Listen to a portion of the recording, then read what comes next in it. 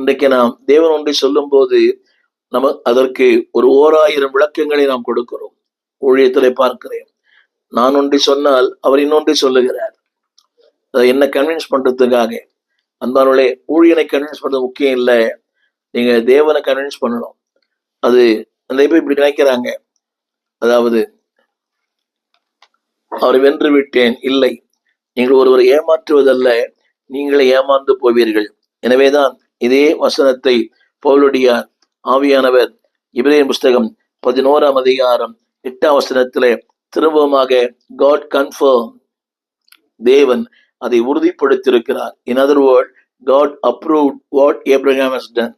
Abraham செய்த ஒன்றை ஆவியானவர் அங்கீகரித்திருக்கிறார். எனவேதான் புதிய ஏற்பாட்டிலே எபிரேயர் 11ஆம் அதிகாரம் 8ஆம் வசனத்திலே விசுவாசத்தினாலே ஆபிரகாம் தான் சுதந்திரமாக பெறப்போகிற இடத்திற்கு போகும்படி அழைக்கப்பட்ட போது கீழ்ப்படிந்து, அந்த வார்த்தையை கோடிட்டு காட்ட விரும்புகிறேன், கீழ்ப்படிந்து, அடுத்து தான் போகும் இடம் இன்னதென்று அறியாமற் போனான்.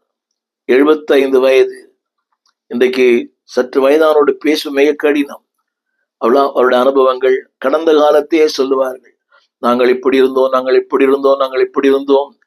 இன்றைக்கு இளையவர்களை நடத்துவதை விட முதியவர்களை நடத்துவது மிக கடினம். புரிந்திருக்கும் என்று நினைக்கிறேன்.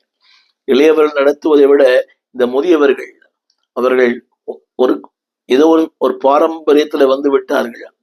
They have their own history, they have their own background, they have their own experience. அவனோட அனுபவங்கள் இதெல்லாம் சொல்லி, தம்பி உனக்கு தெரியாது. இன்றைக்கு இந்த காலகட்டத்திலே ஆண்டவர் திருச்சபையிலே அநேகமாக இளம் போதலை எழுப்பி கொண்டிருக்கிறார்.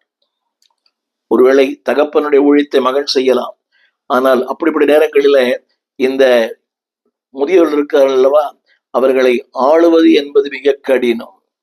ஏனென்றால் அவன் நினைக்கிறாங்க, நீ என்ன பெரிய பையன், நீ சின்ன பையன், எனக்கு எல்லாம் தெரியும்.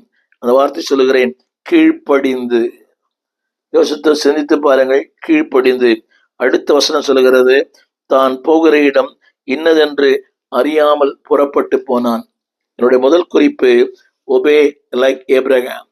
ஆபிரகாமை போல கீழ்ப்படிய கற்றுக்கொள்ளுங்கள். அன்பானவர்களே, கீழ்ப்படி என்பது இன்றைக்கு குடும்பங்களிலே இல்லை, சபைகளிலே இல்லை, இயக்கங்களிலே இல்லை. அதை நான் கடந்து வந்திருக்கிறேன்.